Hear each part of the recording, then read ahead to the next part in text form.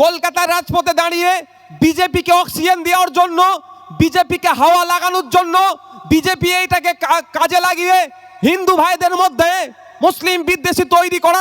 মুসলিম বিদ্বেষী মনোভাব তৈরি করার জন্য যে হাওয়া লাগিয়েছিল কল্যাণ বাবু, আমরা আজকের পেপারে দেখছি যে হিন্দুত্বের পোস্টার বয় যে উত্তরপ্রদেশে সংখ্যালঘু মুসলমানদের ওপরে যেভাবে বুল্ডোজার চালাচ্ছে, যেভাবে হিংসা চালাচ্ছে, তার পুলিশকে দিয়ে যেভাবে উত্তরপ্রদেশে সংখ্যালঘু মুসলমানদেরকে দেখে দেখে গুলি করে মারছে।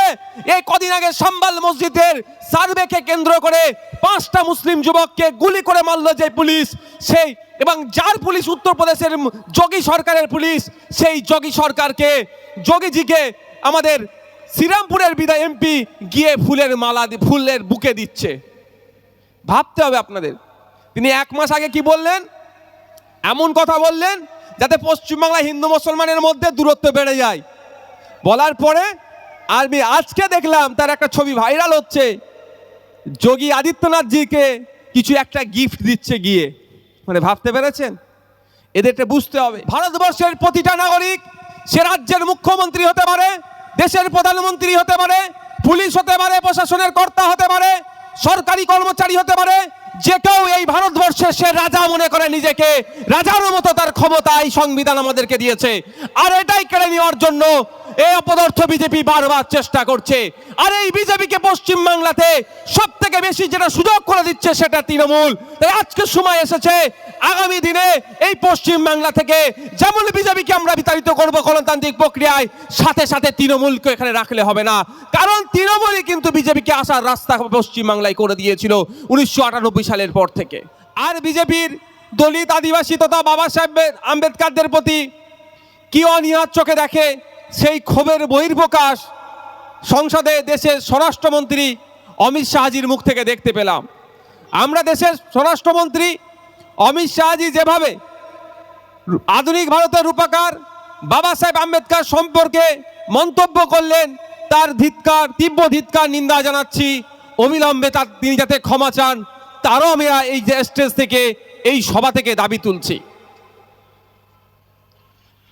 সব সময় বাবা সাহেব আম্বেদকর যে সংবিধান আমাদেরকে দিয়ে গিয়েছেন, এটা আমাদের স্বাধীনতা আমাদেরকে দিয়ে গিয়েছেন।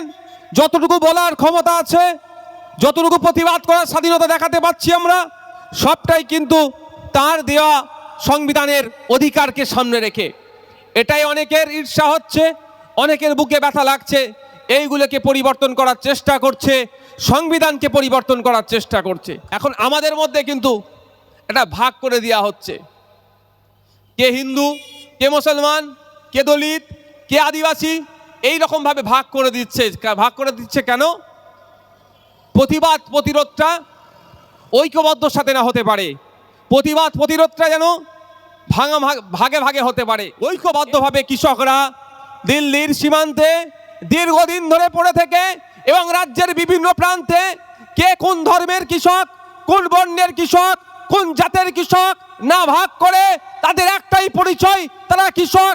তাদের বিরুদ্ধে পার্লামেন্টে যে বিল পাস করিয়েছে প্রত্যাহার করতে হবে বলে যেই ব্রত নিয়ে, যেই অঙ্গীকার নিয়ে, যে শপথ নিয়ে আন্দোলনে নেমেছিল, কেন্দ্র সরকার তাদের কাছে হাঁটু গেড়ে বসতে বাধ্য হয়েছিল, তাদের দাবিকে মানতে বাধ্য করিয়েছিল কেন্দ্র সরকারকে এই কৃষকরা।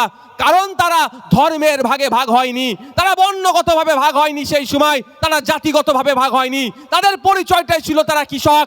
হিন্দু হলেও কৃষক, দলিত হলেও কৃষক, আদিবাসী হলেও কৃষক, পিছড়ে বর্গের মুসলিম হলেও কৃষক, যে কোনো মানুষই যারা কৃষক হিসাবে ছিল তারাই আন্দোলনে যুক্ত হয়েছিল। ব্যাপারটা হচ্ছে বাবা সাহেব আম্বেদকরকে সহ্য করতে না পারার কারণটা কি? ছোট থেকেই বাবা সাহেব আম্বেদকরের প্রতি একটা বৈষম্যতা হতো। তিনি যখন ক্লাসে গিয়েছিলেন তাকে একদম পেছন দিকে বসতে হয়েছে, তিনি সেখান থেকে কিন্তু ক্ষান্ত হননি।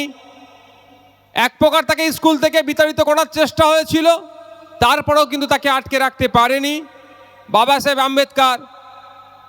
তার নিজস্ব প্রচেষ্টায় বিভিন্ন ডিগ্রি তিনি অর্জন করে তার যোগ্যতার ভিত্তিতে সংবিধান খসড়া কমিটির চেয়ারম্যান রূপে সংবিধান খসড়া কমিটির সর্বারূপে তিনি নিজেকে তুলে ধরতে পেরেছিলেন।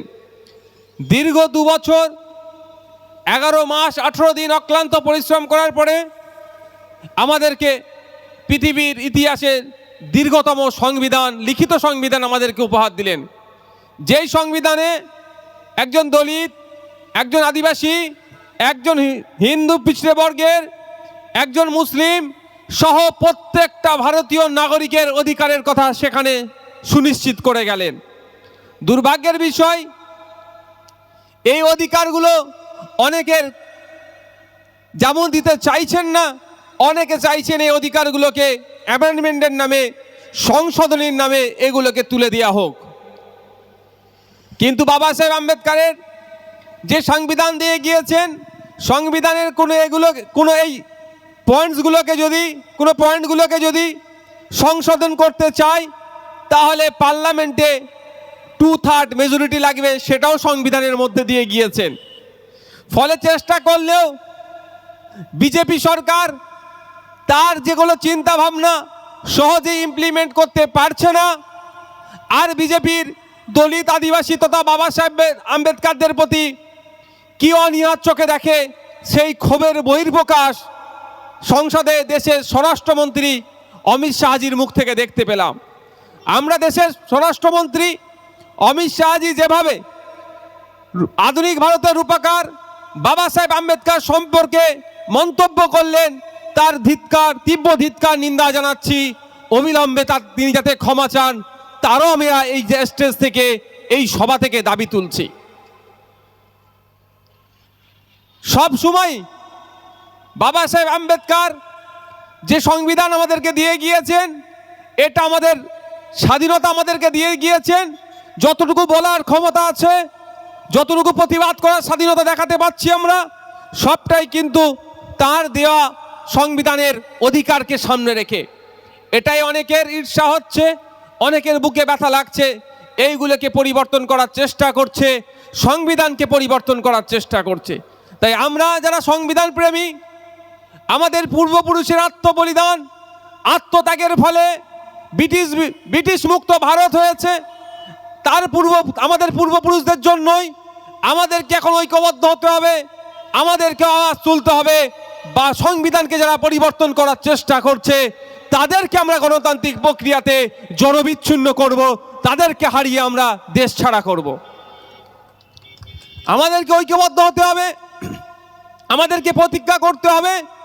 বাবা সাহেব আম্বেদকর সম্পর্কে যারা খারাপ ধারণা পোষণ করে, বাবা সাহেব আম্বেদকর সম্পর্কে যারা বাজে মন্তব্য করে, তাদেরকে আমরা গণতান্ত্রিক প্রক্রিয়াতে সংবিধানের দেখানো পথে ভোটের মাধ্যমেও জনবিচ্ছিন্ন আমরা করে দেখাবো। অন্যথায় তারা যদি জনগণের ভোটে আবার ক্ষমতায় ফিরে আসে, তাহলে দেখবেন সংবিধানটাকে হয়তো তারা পরিবর্তন করে দেবে তাদের ক্ষমতা দেখিয়ে। আর সংবিধান যদি পরিবর্তন করে দিতে পারে, না দলিতের অধিকার থাকবে, না আদিবাসীর অধিকার থাকবে, না সংখ্যালঘুদের অধিকার থাকবে, না ছাত্র যুবর অধিকার থাকবে, না সরকারি কর্মচারীর অধিকার থাকবে। আমরা সকলেই তখন আমাদের অধিকারগুলো কেড়ে নেবে ওরা রাজা, আর আপনাকে আমাকে প্রজা বানিয়ে দেবে। কিন্তু সংবিধান আপনাকে আমাকে যে অধিকার দিয়েছে, ভারতবর্ষের প্রতিটা নাগরিক, সে রাজ্যের মুখ্যমন্ত্রী হতে পারে, দেশের প্রধানমন্ত্রী হতে পারে, পুলিশ হতে পারে, প্রশাসনের কর্তা হতে পারে, সরকারি কর্মচারী হতে পারে, যে কেউ এই ভারতবর্ষে সে রাজা মনে করে নিজেকে, রাজার মতো তার ক্ষমতা এই সংবিধান আমাদেরকে দিয়েছে। আর এটাই কেড়ে নেওয়ার জন্য এই অপদার্থ বিজেপি বারবার চেষ্টা করছে। আর এই বিজেপিকে পশ্চিমবাংলাতে সব থেকে বেশি যেটা সুযোগ করে দিচ্ছে সেটা তৃণমূল। তাই আজকে সময় এসেছে, আগামী দিনে এই পশ্চিমবাংলা থেকে যেমন বিজেপিকে আমরা বিতাড়িত করব গণতান্ত্রিক প্রক্রিয়ায়, সাথে সাথে তৃণমূলকে এখানে রাখলে হবে না। কারণ তৃণমূলই কিন্তু বিজেপিকে আসার রাস্তা পশ্চিমবাংলায় করে দিয়েছিল 1998 সালের পর থেকে। তাই বন্ধুগণ, ভাবার সময় এসেছে। যদি না আপনি আমি ভাবি, তাহলে দেখবেন একের পর এক অঘটন ঘটে যাবে, আর কোনো সুরাহা হবে না। আপনারা ওয়াকাফ নিয়ে আমি বলে শেষ করব, তার আগে আমি একটা কথা বলবো। বন সংরক্ষণ অধিনিয়ম 2023 সালে ফরেস্ট রাইট অ্যাক্টকে অ্যামেন্ডমেন্ট করে সংশোধনীর মাধ্যমে এটা ইমপ্লিমেন্ট করছে কেন্দ্র সরকার। আমরা জানি স্বাভাবিকভাবে জল জমি জঙ্গলের আদিবাসীদের অধিকার, ওখান থেকে যে সমস্ত রেভিনিউ আসবে আদিবাসী সমাজের মানুষের কল্যাণার্থে তাদের জন্য ব্যবহার করতে হবে। কিন্তু দুর্ভাগ্যের বিষয় 5th শিডিউল 6th শিডিউল থেকে শুরু করে ফরেস্ট রাইট অ্যাক্ট 2006 সেগুলো খাতায় কলমে থাকলেও সেগুলোকে বাস্তবায়ন হতো না। আর এখন দেখছি কেন্দ্রের বিজেপি সরকার 2023 সালে এই ফরেস্ট রাইট অ্যাক্টকে অ্যামেন্ডমেন্ট করে আদিবাসীদের হাত থেকে জল জমি জঙ্গলের অধিকার ক্রমশ কেড়ে নেওয়ার চেষ্টা করছে। আমরা যদি চুপ করে বসে থাকি, আজকে আদিবাসীর অধিকার কাড়েছে, কালকে সংখ্যালঘু মুসলমানদের অধিকার করবে ওয়াকাফের নাম দিয়ে, পরশুদিন তারপরের দিন দেবত্ব সম্পত্তির দিকে এরা হাত দেবে, তারপরে দেখবেন এরা ওই ট্রাস্ট সোসাইটির যে সমস্ত ভ্যালুয়েবল প্রপার্টি আছে সেইগুলোকে এরা কেড়ে নেবে। আস্তে আস্তে সমস্ত সম্পত্তি এরা কেড়ে নিয়ে ওই পুঁজিপতিদের হাতে তুলে দেওয়ার চেষ্টা করবে।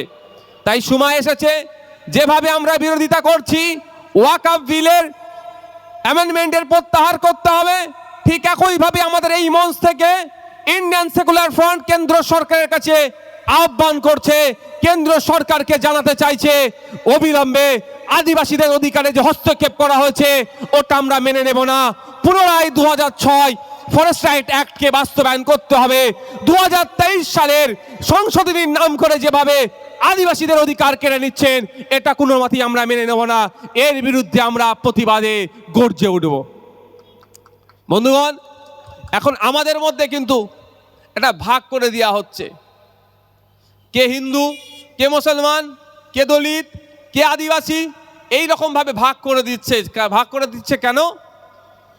প্রতিবাদ প্রতিরোধটা ঐক্যবদ্ধ সাথে না হতে পারে, প্রতিবাদ প্রতিরোধটা যেন ভাগে ভাগে হতে পারে। এবার দেখুন 2023 সালের এই যে বন সংরক্ষণ অধিনিয়ম যেটা পাস করিয়েছে, আদিবাসীরা যদি চিৎকার করে, শুধুমাত্র যদি আদিবাসীরা চিৎকার করে তাহলে হয়তো এটা প্রত্যাহার করবে না।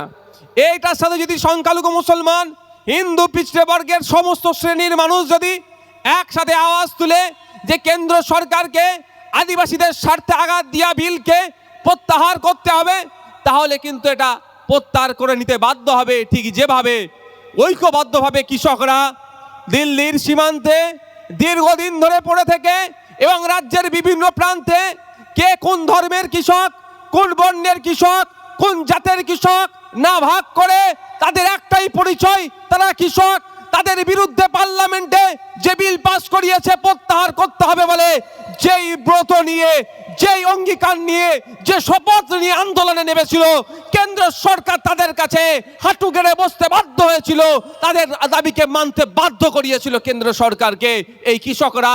কারণ তারা ধর্মের ভাগে ভাগ হয়নি, তারা বর্ণগতভাবে ভাগ হয়নি, সেই সময় তারা জাতিগতভাবে ভাগ হয়নি, তাদের পরিচয়টাই ছিল তারা কৃষক। হিন্দু হলেও কৃষক, দলিত হলেও কৃষক, আদিবাসী হলেও কৃষক, পিছড়ে বর্গের মুসলিম হলেও কৃষক, যে কোনো মানুষই যারা কৃষক হিসাবে ছিল তারাই আন্দোলনে যুক্ত হয়েছিল। তাই আপনাদের বলবো, এই ওয়াকফ বিল যেটা আছে বা আপনি বন সংরক্ষণ আইন যেটা বলুন, এটা প্রত্যাহার করতে সরকার তখনই বাধ্য হবে যখন সমস্ত শ্রেণীর মানুষ এর বিরুদ্ধে কথা বলবে। আজকে সমস্ত শ্রেণীর মানুষকে এর বিরুদ্ধে কথা বলতে দেওয়া হচ্ছে না। কারণ এটা আছে, কেন কথা বলতে দেওয়া হচ্ছে না? ভুল মেসেজ দেওয়া হচ্ছে। আমি যদি ওয়াকফ নিয়ে বলি, এই ধরনের একটা ভুল তথ্য পরিবেশন করছে বিজেপি।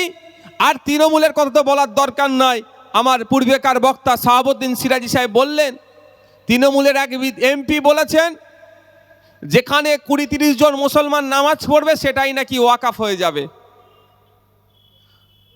ওয়াকফের প্রিন্সিপাল অ্যাক্ট 1995, এই অ্যাক্টের কোনো জায়গায় আমি অন্তত পড়িনি যে এই ধরনের কথা লেখা আছে। সম্পূর্ণ অসত্য কথা বলে হিন্দু মুসলমানের মধ্যে একটা বিভেদ তৈরি করার চেষ্টা হচ্ছে, একটা ভুল বার্তা দিয়ে সমাজের মধ্যে বিশৃঙ্খলা করার চেষ্টা করছে, যেটা বিজেপি লাভবান হবে। তার প্রমাণ হিসাবে আপনাদের দিচ্ছি, এটা বলেছিল প্রায় এক মাস আগে কলকাতার রাজপথে দাঁড়িয়ে বিজেপিকে অক্সিজেন দেওয়ার জন্য বিজেপিকে হাওয়া লাগানোর জন্য, বিজেপি এইটাকে কাজে লাগিয়ে হিন্দু ভাইদের মধ্যে মুসলিম বিদ্বেষী মনোভাব তৈরি করার জন্য যে হাওয়া লাগিয়েছিল কল্যাণ বাবু, আমরা আজকের পেপারে দেখছি যে হিন্দুত্বের পোস্টার বয় যে উত্তরপ্রদেশে সংখ্যালঘু মুসলমানদের ওপরে যেভাবে বুল্ডোজার চালাচ্ছে, যেভাবে হিংসা চালাচ্ছে, তার পুলিশকে দিয়ে যেভাবে উত্তরপ্রদেশে সংখ্যালঘু মুসলমানদেরকে দেখে দেখে গুলি করে মারছে। এই কদিন আগে সাম্বাল মসজিদের সার্ভেকে কেন্দ্র করে 5টা মুসলিম যুবককে গুলি করে মারল যে পুলিশ, সেই এবং যার পুলিশ উত্তরপ্রদেশের যোগী সরকারের পুলিশ, সেই যোগীজিকে আমাদের শ্রীরামপুরের বিধায়ক এমপি গিয়ে ফুলের বুকে দিচ্ছে। ভাবতে হবে আপনাদের। তিনি 1 মাস আগে কি বললেন? এমন কথা বললেন যাতে পশ্চিমবাংলায় হিন্দু মুসলমানের মধ্যে দূরত্ব বেড়ে যায়। বলার পরে আমি আজকে দেখলাম তার একটা ছবি ভাইরাল হচ্ছে, যোগী আদিত্যনাথজিকে কিছু একটা গিফট দিচ্ছে গিয়ে। মানে ভাবতে পেরেছেন? এদেরকে বুঝতে হবে। পাড়াতে বলছে তৃণমূলী ভাইদেরকে দিয়ে যে তৃণমূল নাকি ওয়াকাফের সব থেকে বেশি বিরোধিতা করছে। তৃণমূলকে তো সব থেকে বেশি বিরোধিতা করতেই হবে, কারণ পার্লামেন্টে 29টি এমপি আছে। তৃণমূলকে সব থেকে বেশি বিরোধিতা করতে হবে। তৃণমূল পরিচালিত একটা রাজ্য সরকার চলছে, স্বাভাবিকভাবে বেশি বিরোধিতা করতে হবে।